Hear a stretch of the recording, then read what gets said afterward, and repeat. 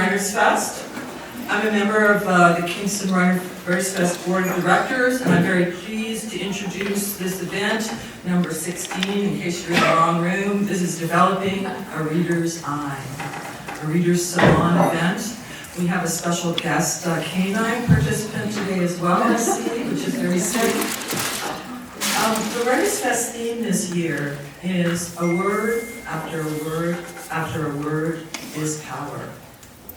We want to begin this event by acknowledging those who first told their stories in this place, the peoples of the traditional Anishinaabe and Haudenosaunee territory.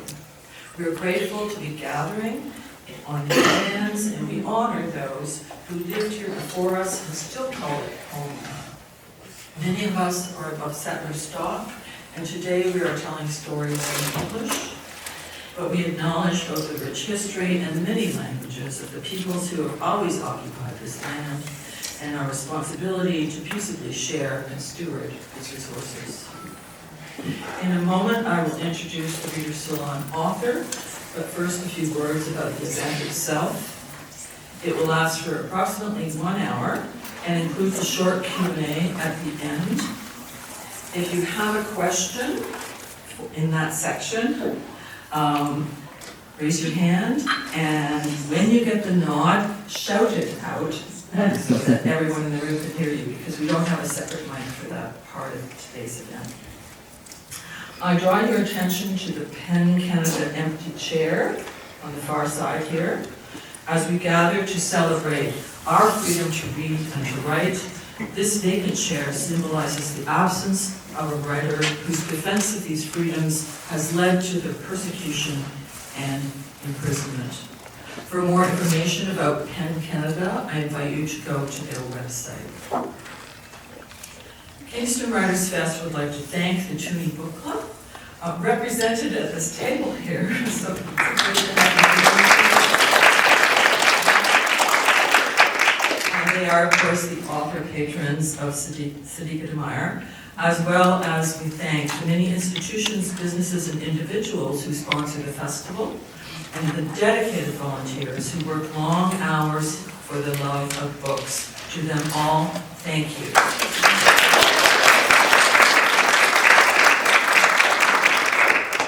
The customary housekeeping note, please mute any devices, not just your phone, but anything that will ding or bing or ring or speak to you aloud during the event. Also, please refrain from taking pictures or recording an event. We have a photographer whose photographs will be posted daily on our website. Now, it's my pleasure to introduce Sadiqa de Meijer. Sadiqa, as most of you will know, is the current poet laureate of KWF Kingston. Her books include the poetry collections Leaving Howe Island, a Governor General's Award finalist, and the memoir Alphabet, which won the Governor General's Award in 2021. Her new essay collection, In the Field, is a series of brilliant meditations on birthplace, death rate, the study of medicine, and the elusiveness of aquatic insects. When asked to share advice for emerging writers in creative nonfiction, she has said, given the nature of memory, and that every retelling is a kind of narrowing, even retrospective nonfiction skews what happened. But the world is really interesting. I like to observe it, then read or ask questions, and consider all of that as my material. My advice would be unoriginal and true, to read loads of good writing, to write in exploration of your subject, and to revise until each phrase is essential. Please join me in welcoming Sadiqa de Meijer.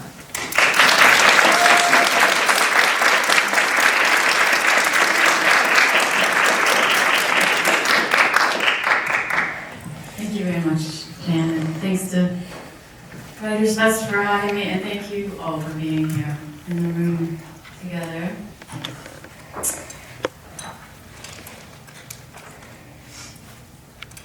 Nice to see your faces, and now I won't anymore.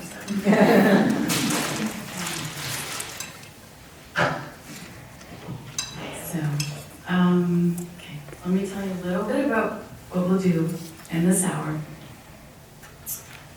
we're going to consider the notion that art may heal us, so that receiving what a work of art transmits may be a form of medicine. In many cultures, this would be like telling you, let's consider that food might alleviate hunger, or that a boat takes us across the water. And you wouldn't really have any reason to stay and listen. But for those of us living inside capitalism, and who isn't these days, and therefore inside all of its hideous requirements, the idea of what art is for has become distorted. Art might be considered entertainment, distraction, decoration, commodity, advertisement. But I think we also know, somewhere in our innards, we know that art, like that, is like a beetle pinned down in an insect collection.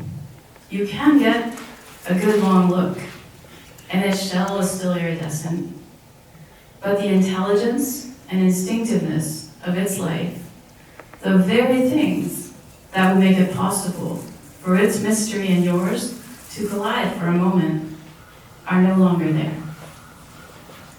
So I do think we could use the reminder that art, when alive and free, functions as medicine.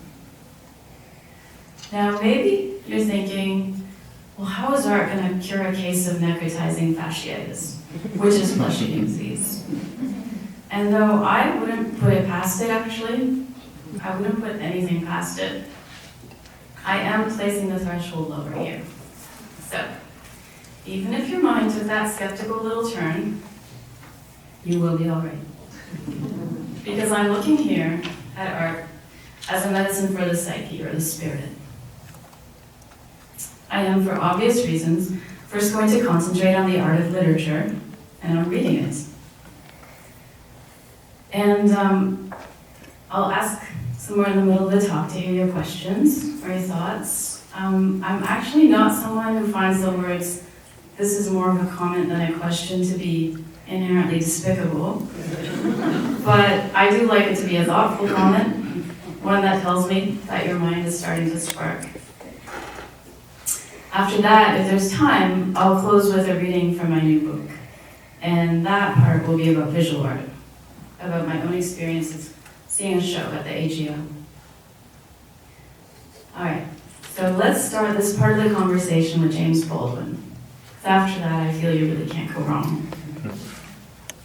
Baldwin said in an interview in Life magazine in 1963, "You think your pain and heartbreak are unprecedented in the history of the world, and then you read."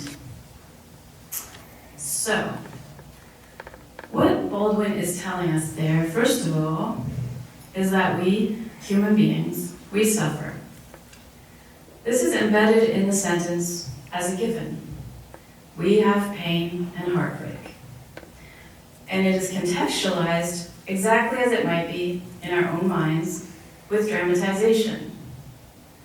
In our infinite solitude, we're inclined to imagine that whatever we're going through is new and is the worst.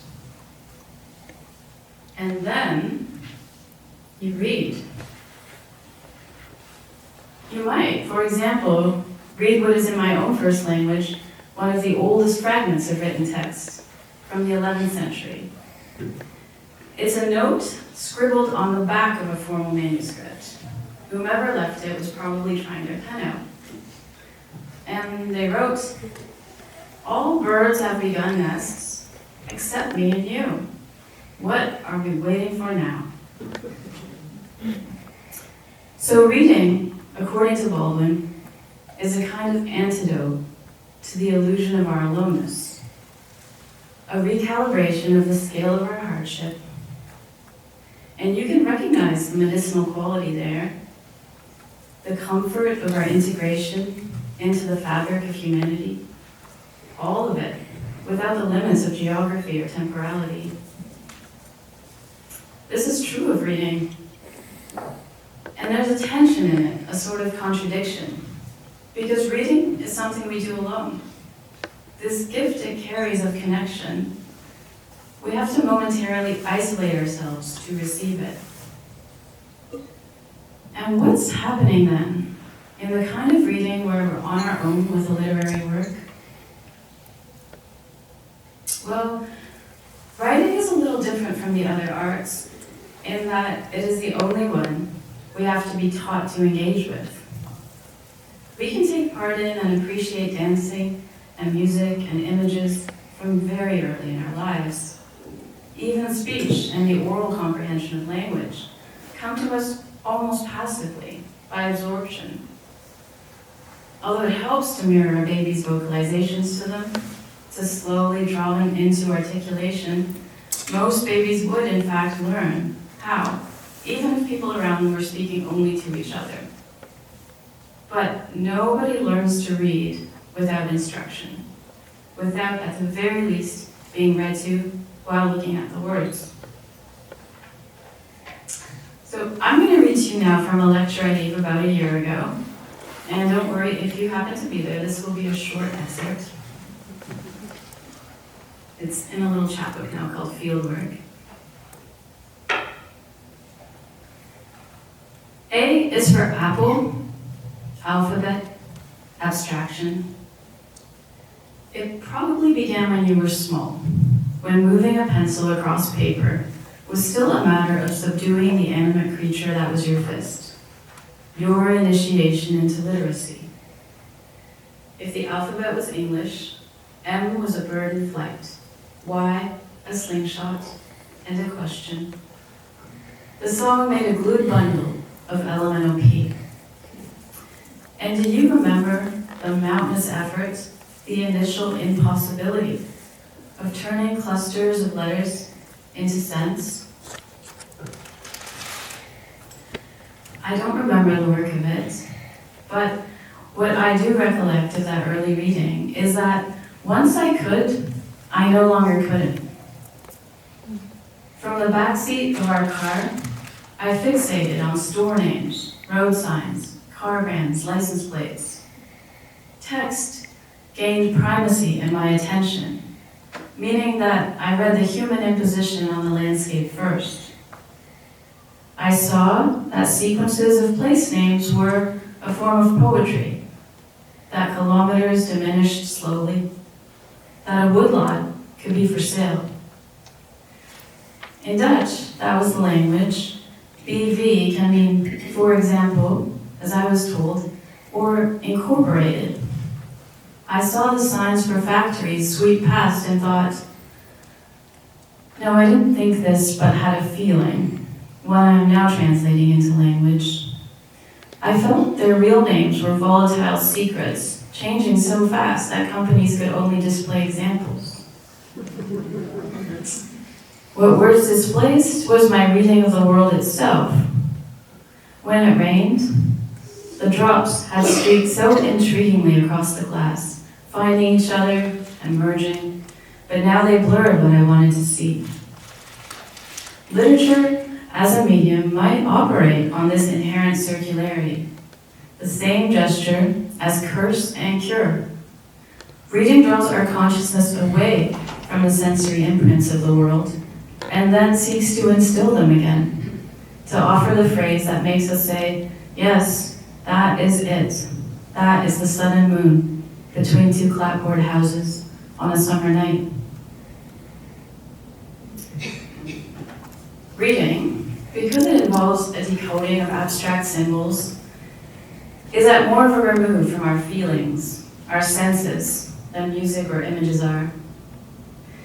In that wider space, there is some loss of immediacy, but there's also great generative potential. The letters and words are like seeds, and to work, they have to germinate. The reader has to make them flower into meaning in the weather of their mind. So I think of reading as a kind of collaborative solitude. It's you and the page, which holds the gesture of the writer, and together you make things grow. And you already know, as readers, that all sorts of things can happen in that field. Reading is one verb, but of course it isn't one experience. Some writing tells you what's happening the way a close friend would tell you a story, and you can fall in and feel held by the sentences, and trust that they will tell you everything you need to know. Some writing has you working with the sparsest of suggestions, as if you're given a series of marks on a blank map and imagining the route between them.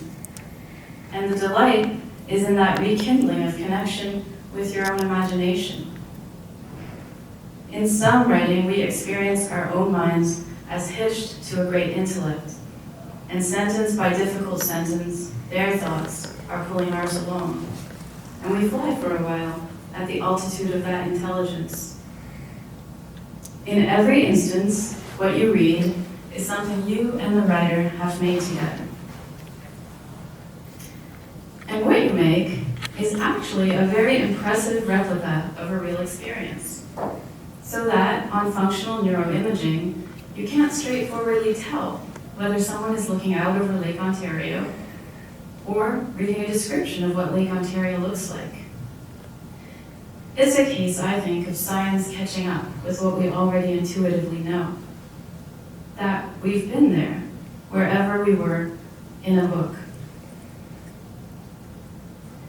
In other words, immersive reading is a relationship of great trust. If you are reading in this receptive, embodied, reflective sense that I'm talking about, then you're saying to the writer, I am letting you change me.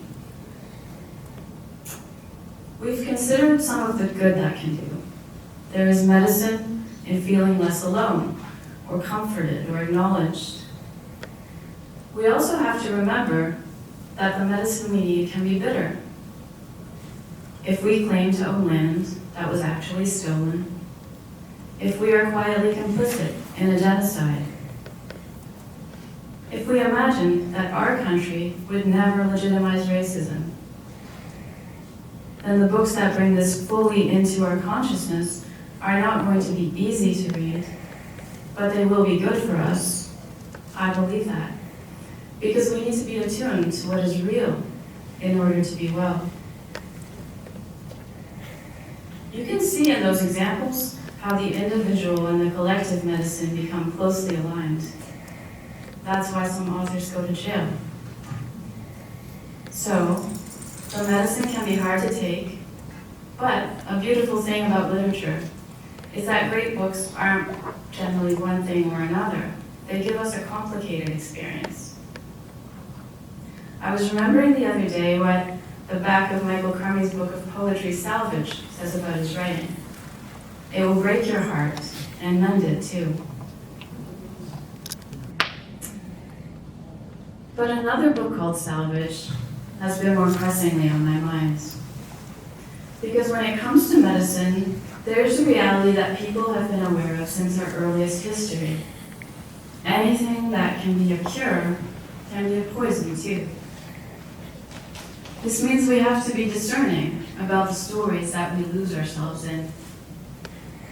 In her critical study, Salvage, subtitled Readings from the Wreck, Dion Brent explores the acculturation that occurs in classic and deeply loved 19th century novels, the way they teach their readership to accept the enslavement of Black people as natural. She calls it, reflecting on the English classes she took as a student at U of T, absorbing the toxins of the readings. It takes great presence of mind and sometimes retrospect for us to recognize that toxicity. It's dangerous to read without noticing what the text is doing to us. Now, as I was writing this and watching this process happen on the page, I thought, please don't let it culminate in a dire warning. I'm sure that, like me, you're already exposed to enough dire warnings. I don't like them. but neither do I like complacency. So, with a good and clear but sideways look at the devices that claim our attention, the corporations that love every minute of our suggestible distraction, and their deathly politics, I will say this in summation. You have a reader's eye, or maybe a reader's ear, or reader's fingers, and they are yours to give. And when you do so, you are giving yourself to that work. And together, you'll make something that exists somewhere between imagination and experience. And it will act upon you, as a medicine does, in ways that are internal and invisible and could heal you or do you harm. Now, I don't expect that having heard this, you'll never be unwise about it again. When I was a teenager, I had, for one summer, a truly terrible babysitting job. And I'm pretty sure I only got through it by, once in a while, when the kids were safely occupied, locking myself in the bathroom where there was a stack of National Enquirers that I could lose myself in. And I turned out okay. But I do trust that you'll give it some consideration, your reading. It doesn't have to be exalted or intellectual. In fact, art can happen in any genre, any form. But what will you read? And what form? And will it, in some small or life-altering way, to circle back to James Baldwin, who says it so achingly well, will it make you realize the doom and glory of knowing who you are? Will your reading do that? Because it could. Thank you.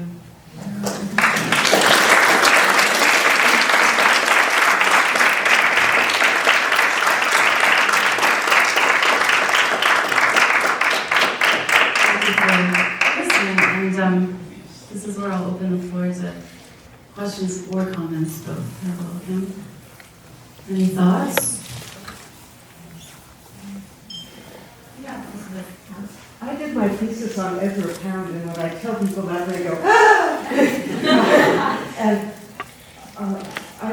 I think this is an example of a problematic writer who people go, partly because he took on business and capitalism, but I wonder what you would do with a writer like that who I mean, he was my principal teacher for 30 years because he read so much, and people who were Poundians just sort of followed him into Chinese poetry and economics, and, but you know, I certainly agree with you that writing is healing and writing will bring you back to yourself. But what about a writer like Pound? I wonder if anyone has any ideas, and don't just all think. Well, what could you say yourself about that experience of reading Pound? Do you feel like it instilled problematic things in you as well as enjoyment and benefit, or what do you think? Well, I think it really opened my eyes to, you know, what lay beyond, and to the way you can organize thought, and he has beautiful lines. So I thought that the problematic stuff was worth it, and I also understood why he was so problematic, because he, in a way, he lived in a time, or he felt that he was living in a time that we are living in, where you need to analyze it, you need to diagnose. So I felt there were definite problems, but I also definitely understood why there were problems, because he felt that he was, seeing this society which needed healing, and it wasn't just the person, it was you needed to get back to the right way of thinking and away from usury and to true art. And so I have two younger friends who are both poets, and they said to me, why did you read Pound? I said, because he's so devoted to poetry. So, my answer will not be anybody else's. But I think writing can be problematic, and I think there's something to be said for looking at the problems as well as, the solutions and the outlook. Yeah, and some of that depends on what life stage you come to it, right? Like, I think at first we read almost just indiscriminately, and it's sort of like this deep absorption, and then you get to develop critical faculties eventually. Then you're sometimes undoing some of what you read. Yeah. Or you find out something about the author. That isn't true of Pound. He has all his warts right on the surface. But someone like Neil Gaiman, who now is sexually suspect, that undermines him for me. Huh? I think you've opened a beautiful can of worms. Why don't we hear some more thoughts about, maybe about loving work by problematic people, or maybe other ideas.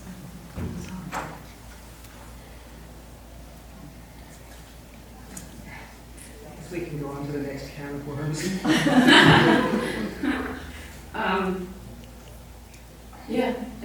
Switch it a little bit. So when you're writing poetry, for example, when do you start thinking about your reader? If you start thinking about your reader, and how will that affect what you're writing, if at all? Yeah, that's a good question. I mean, honestly, I think it's a bit arbitrary to say, I know some writers really explicitly picture a reader, right? Maybe it's someone they know, or maybe it's more of a collective. I don't do that, but like, how is there not a reader? It's writing, that's what it's for. So I think it's there from the very start. Even if I'm writing in my journal, I'm the reader. Eventually, I'm going to turn to it again, and it has a purpose to be read. So I think the reader is just there. And then all kinds of like interesting complications come in, especially like I'm working on a book of poetry now that has to do with being of mixed race, and so the duality of writing about racism, about colonialism, in a voice that I know could be read very differently by a white reader and by a reader of color, and so it's like that's always an edge that my work is walking, and I might think about it more explicitly as I get closer to the poem being done, thinking, oh, this is skewing that way. Yeah. How about yourself? Well, I know I've tried to explain some poems to people, and they say, well, I don't get it. And I said, okay, well, that's not the point. It's really about the process. So it's always that tension of making things accessible for readers and sort of being true to the actual piece of writing, I find. Yeah. I mean, certainly with poetry, I would let go of, for myself, I don't think about like, are they going to get the whole thing? If they walk away with 2 lines that they're like, oh, remember that line, for a long time, or that's worth it too, It's poetry's very so dynamic that way. Yeah.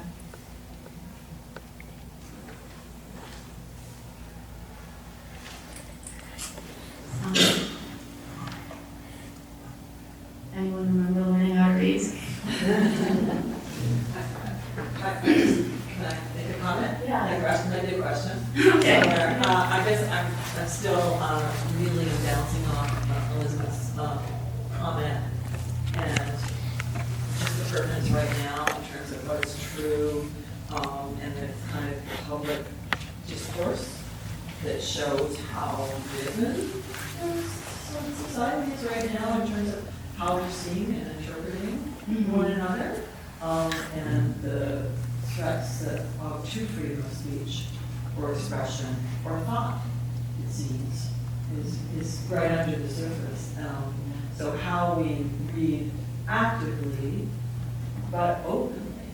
So with a critical faculty, but also opening ourselves to see other perspectives. It's such a troubled situation right now, a space for writers and readers that seems more important and more fraught, than certainly probably in my lifetime. Yeah. I've seen here. Yeah. Seen it elsewhere. It's always like, oh, they have some problems. They don't have freedom, we have freedom. And now you see that ground shifting and what you're allowed to say, what you're allowed to say publicly and understand through one another. Yeah. So it's almost like a special responsibility. That's something I'm taking away from what you have said today about, as a reader, that you need to think both widely and critically. So that's at the same time.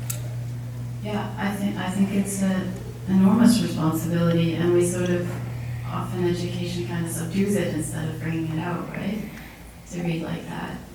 And yeah, we're moving into times where I think reading and writing will take on that role again of like that kind of urgency of, sometimes there's a book that changes the course of things and we might need them again, right? Yeah, I was in Argentina in April. I was lucky to be there for a festival, and that's a different kind of reading culture there. There's a bookstore almost literally on every block, and people regard their authors very differently. There's this sense that like there's a national literature that belongs to people, and you can talk to your taxi driver about it, And I think that's partly the case. Like they have a much more recent history of fascism and living in a reign of terror, and it does change. I'm not saying that's when like literature comes into its own. I don't mean it that way, but like complacency is bred by certain kinds of times, and I think we have it now, and it's sort of at our peril that we remain in it when things are changing so quickly.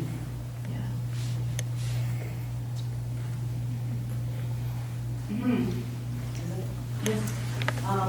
Continuing this conversation, thank you, Elizabeth, for starting that little can of worms, but made me think my own work on that I'm reading about reader ethics in that way with regards to tainted legacies of others.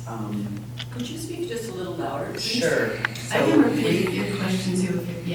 Yes. So what I'd like to explore is, I know others here have read like the work by Claire Detterer about monster, a fan's dilemma. So with regards to writers, filmmakers as well, but maybe without saying like we can understand there was a big, ethical issue about shall we celebrate and continue to study a certain Canadian woman writer last year, and those kind of ethical debates, and allowing readers to either enhance their reading, maybe just deep dive in different areas to explore, or allow without pulling out autobiographical elements all the time from the work. Should the work be itself, or shall we look at it this way? Of course we would. So I wonder if you want to talk a little bit about that, because obviously with poetry, that's always very close heart to the sleeve. And so how to write about writing from the reader, an ethical reader's perspective, when I'm saying tainted legacies. And how you would write about those people? Yes. Yeah. There's this feeling, lately, prize money has come under scrutiny as far as where does it come from, what is ultimately funding, and when thinking about that, I think there's no such thing as clean money. I don't think. But some's dirtier than others, right? And I think with authors and their ethics also, I don't know, is anyone a perfectly good person that I'm reading? I don't think so, probably not, right? So you can't, on my part, I don't want to dismiss a writer altogether because of how they lived. But some are worse than others. Some's work I'm not going to pick up. And some of that is personal, right? Like what is really offensive to me or hurtful to me may not match up with how it strikes someone else. I still have Alice Munro's books on my shelves, you know. They, I think they're brilliant short stories. And I always felt like I read a bit of a subtext that, you know, I feel some of what went on in her life is there in the work. I'm interested now in that interaction and tension, although I have to say, like, I don't really write critically. I've never written a review. I find that very hard to, I love things so much and I feel things viscerally, that relationship of scholarly critique isn't really my language to it, but I weigh it differently, and at the same time, I don't believe in a complete condemnation. But I could see how if I had a slightly different life history, it might be too much, you know? That's okay, like, so I think it's all right to also have that be quite personal. Yeah. I want to circle back to remember you were talking about remembering how to read. I actually teach children how to read, be it in French. And it was interesting because I thought, oh, well, I don't teach children to read, I teach them how to decode, right? And so I feel I'm in a system, obviously, that's looking for outcomes. And, you know, there's certain strategies that are pushed in. But I find we call it comprehension, but I find the thinking, reflecting, I mean, it's your young children, of course, but, you know, tying in their own personal experience. I mean, that's why I read. I find like reading is almost like, it's like art, right? So to teach somebody how to do art or how to read art is, how do you do that? So I'm just wondering, just on that very basic level, how to get children, especially because we're dealing with all of these screens and instant everything, to get them to start reflecting on what they're reading or what they're learning to read, that it's not just a pile of words put together. I've had many experiences where the kids can just decode like crazy, and you're like, yes, and then you ask them, what was that story again? You know, so that's where I feel like there's a huge disconnect. So they can read it out loud perfectly, maybe they're not in sure. French, which is like it's a second language, right? Right. But I mean, there's a comprehension of the vocabulary there, but even when I've done it in English, I'm just kind of like, Yeah, interesting. When I think about that, I think it's partly like, it requires things of us to teach a child to do that more meaningfully, that are, like the resources are very, it's attention one-on-one, right? It's sitting like in little groups, it's this time to spend. I'm not sure if we value that enough to put people into it, and there's privilege involved in being able to do that at home, having the time and the rest and the resources to do it with your kids. So, because that's what it takes, right? It's interactive, it's asking them, well, what happened there? And look at this picture. And yeah, I mean, I think that's one of the most beautiful forms of attention we could give, is that teaching to read in a way that's engaged and attentive. And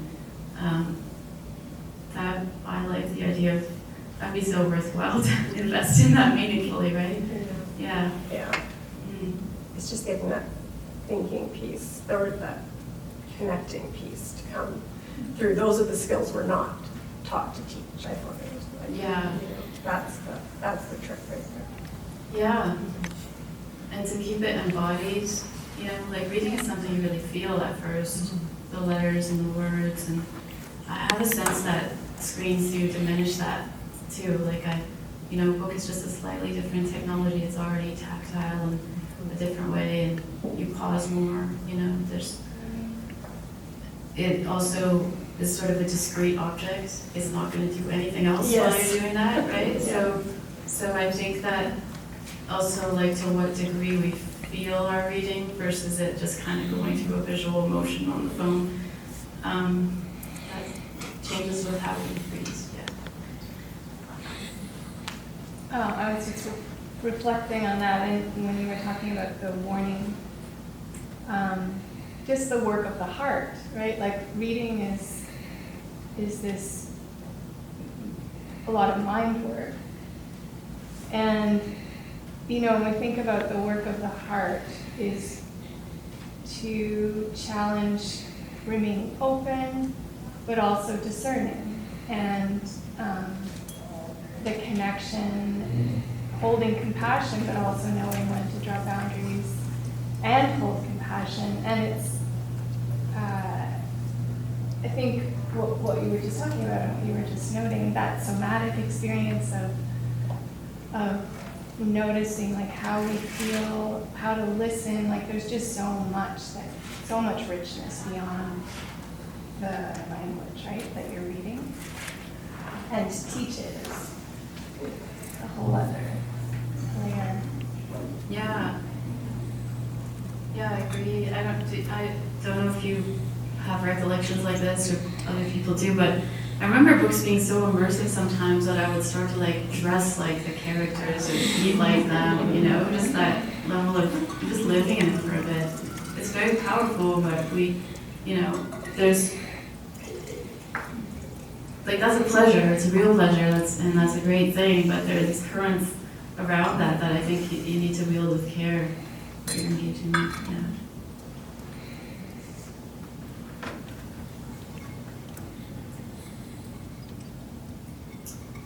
Well, I can read to you a little bit more from the book, which will be actually my very first reading from it, so that's a nice feeling. But are there any more thoughts or questions? Yeah. Okay. Because we're all talking about the relationship that we have with art. And what I've noticed when it comes to analyzing art is a lot of people tend to ignore the context that the artist is trying to reflect. Because someone like Simona said that as artists we need to reflect the times that we're in. And someone like Erica Badu said she sees herself as a chef that's in the kitchen and she just makes stuff for people and they can receive it however they want to receive it, because after it's out, it's not hers anymore. It's just out in the world to do its own thing. Yeah. And I think when it comes to context, a lot of people tend to ignore artists going on interviews and talking a bit about what they're thinking about. I don't know if there's an equivalent of some Genius for writers, but Genius is a little lyrics annotation stuff that sometimes artists tend to say oh, this is what I meant when I said this or that. And that little context can help to understand why we're connecting with a certain line in a song, or why a certain line in a poetry just blows our mind to some extent, just pulls our heartstrings or something. There's just one small thing, but a lot of us just tend to be too zoomed in, and we don't look at the bigger picture of why was this art prompted, or what question is this art trying to answer, that sort of thing. What question prompted the creation of this? I think when we all zoom out and look at context of stuff, you'd see in the grand scheme of things, this is why this connects to me, that sort of thing. But yeah, that's it. Yeah, that's right. And I think we get that a lot more in real time, so-called, now, because works of art, if you compare them to dishes, they used to come out of the kitchen and there's just a wall, and you maybe much later you get to read a biography or an analysis, the time lags are different, and now you can access that almost immediately. What was, depending on the artist, but many of them, you do get to hear background thoughts to the work. I mean, I appreciate how that's demystifying and how you can learn a bit more, learn a bit of background. It certainly helps me as a writer to know that about other writers. It's an education that way. And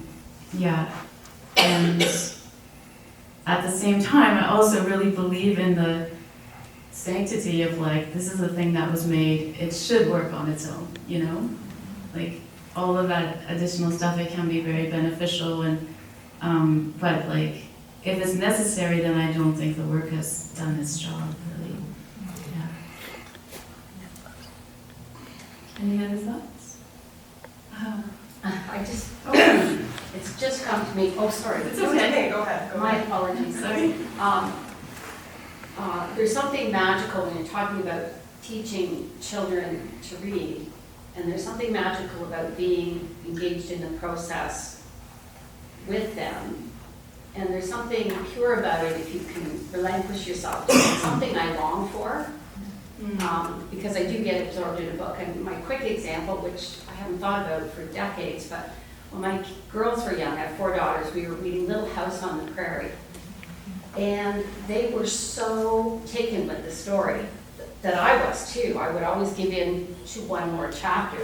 And early in the morning, I walked with my neighbor, usually around 5:30 or 6, before we hit the real world.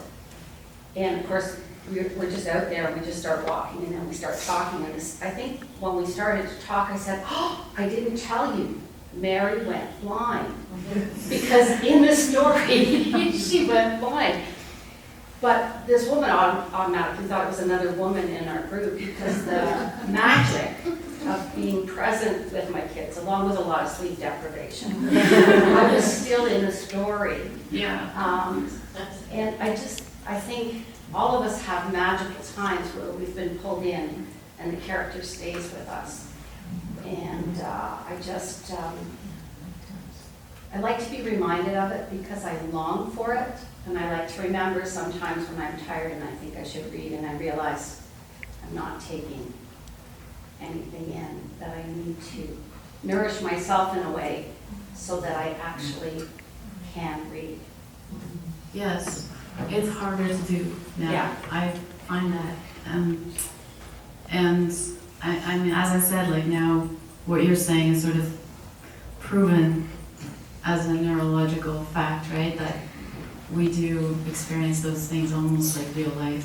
I think if when you read a really good novel, you file away a few things that I think are quite confusable with your own memory, whether they happened and you saw them or you read them. Yeah.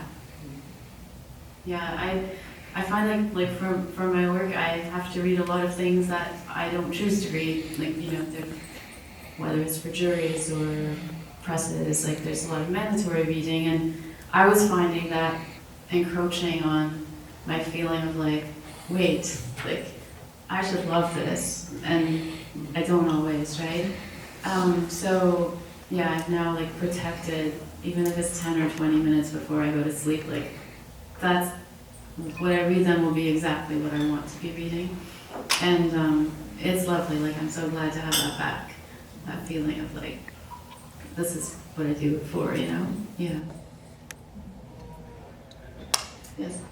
I really like how you frame writing as art, and I think that that is something that, especially through academia, gets lost really easily, because as a capitalistic structure giving so much power to authors that are in their own way maybe trying to create some kind of anarchist work that is controversial to what's giving it so much power as writing.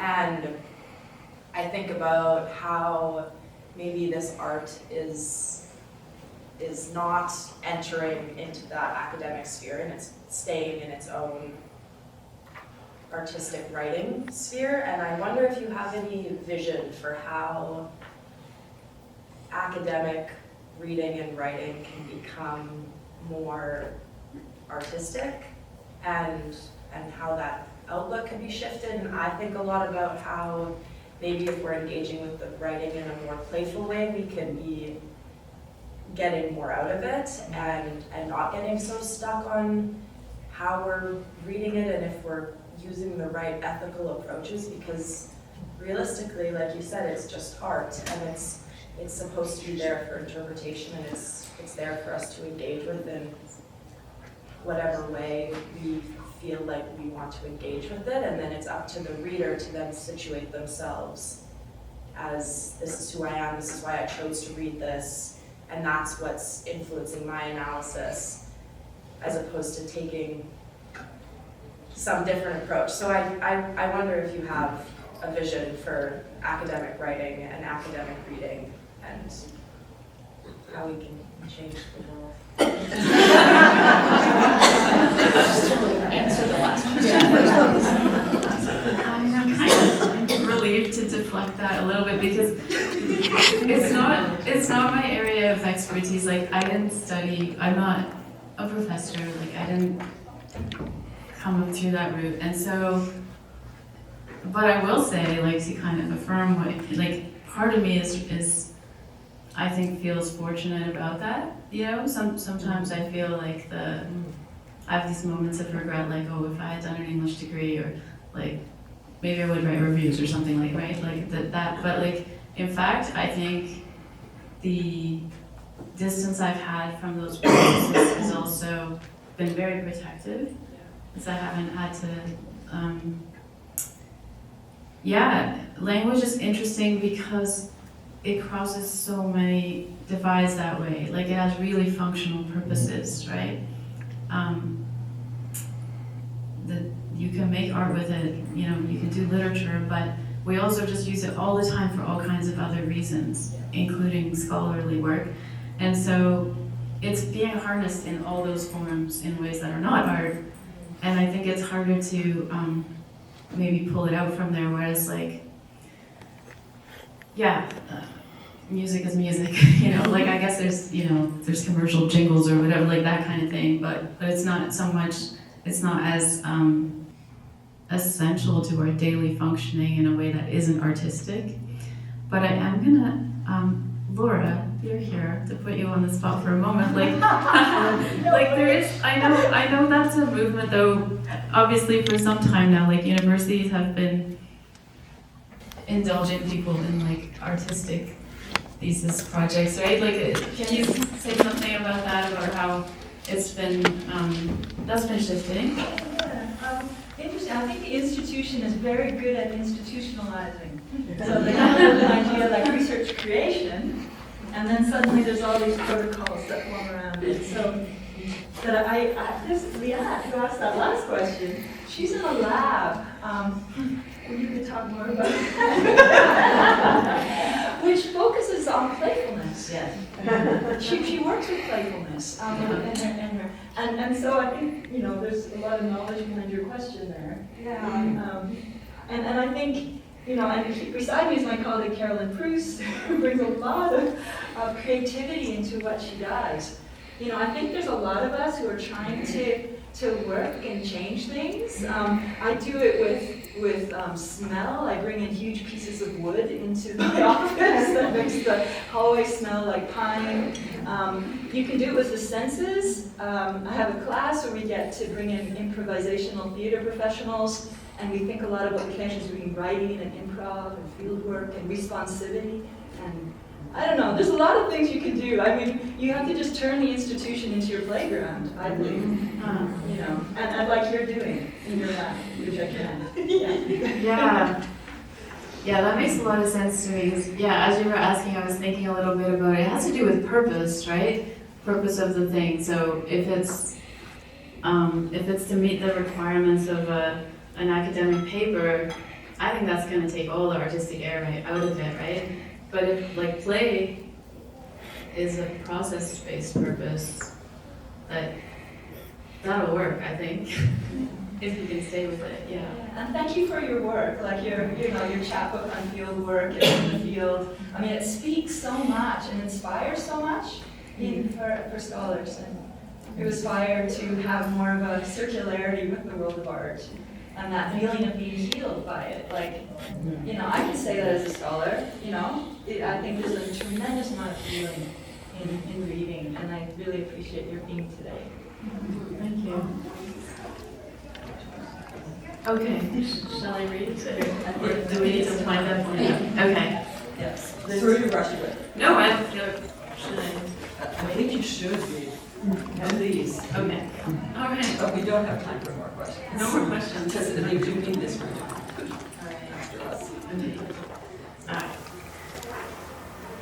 Okay, so I'll read you the opening, little opening section of an essay called Drawing Lines, which, as I said, is about seeing a show at the AGU.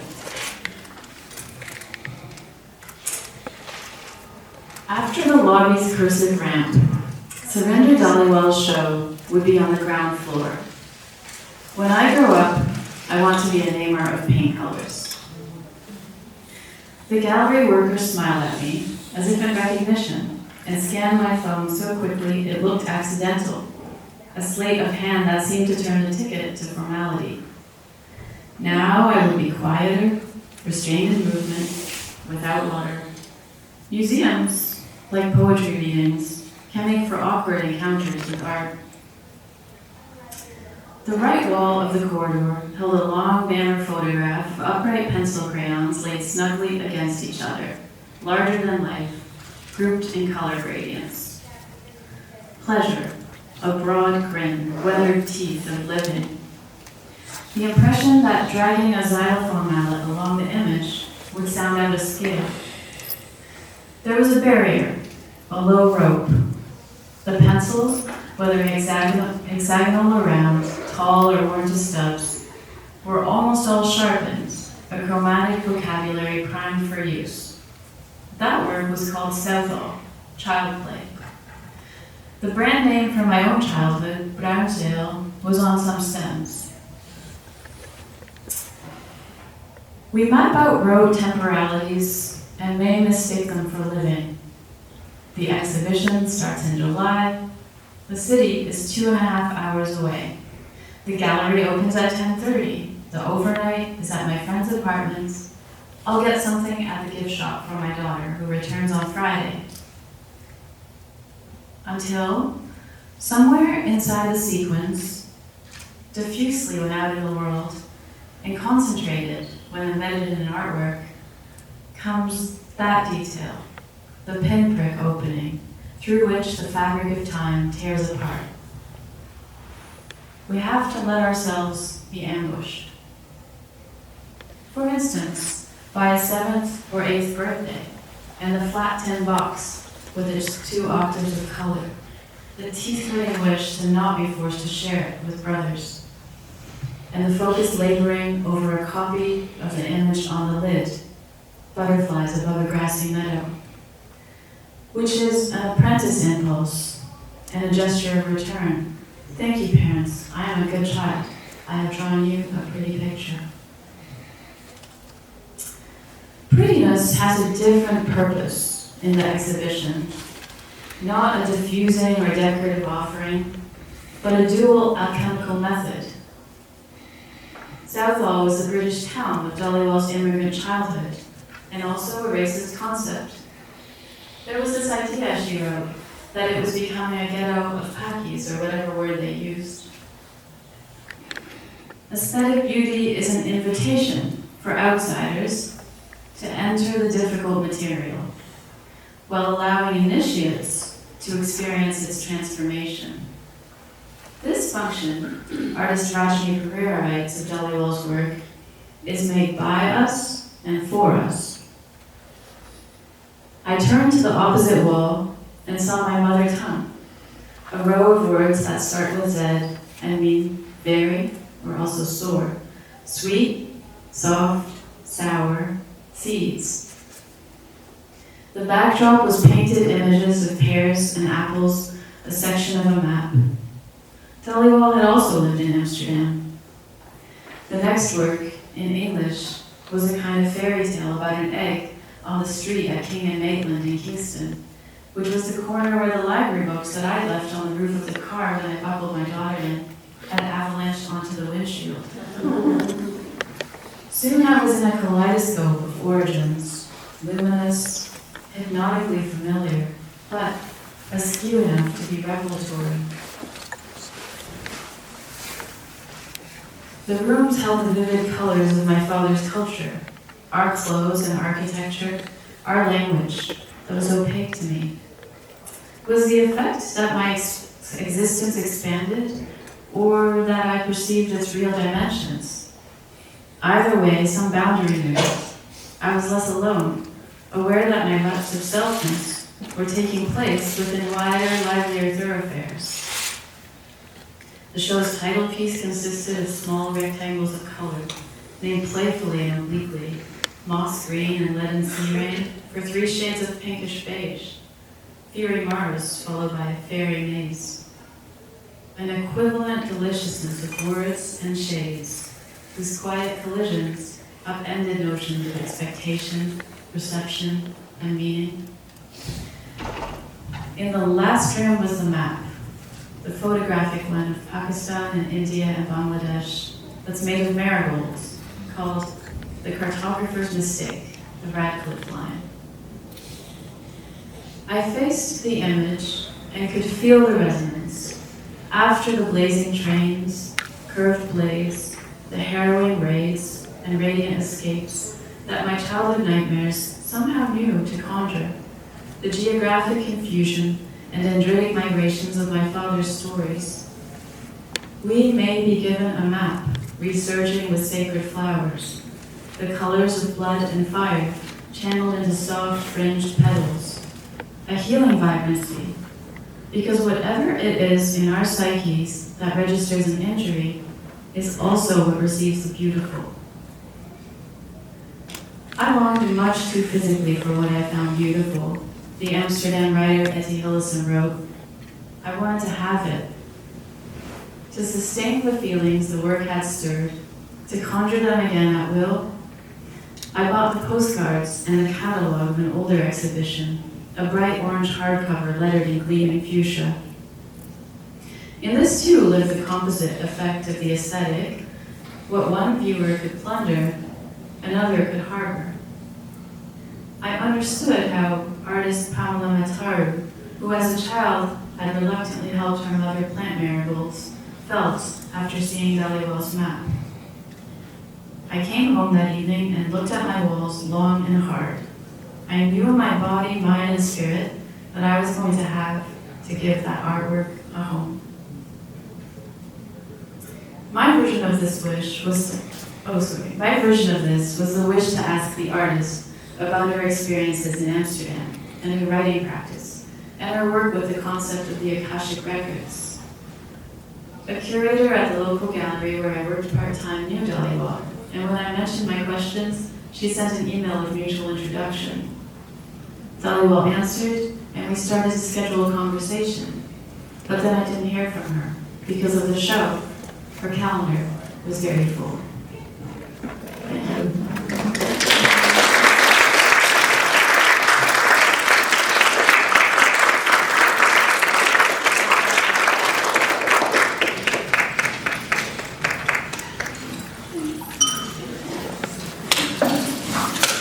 Thank you, Sadiqa. Really wonderful. I'm so honored to hear that.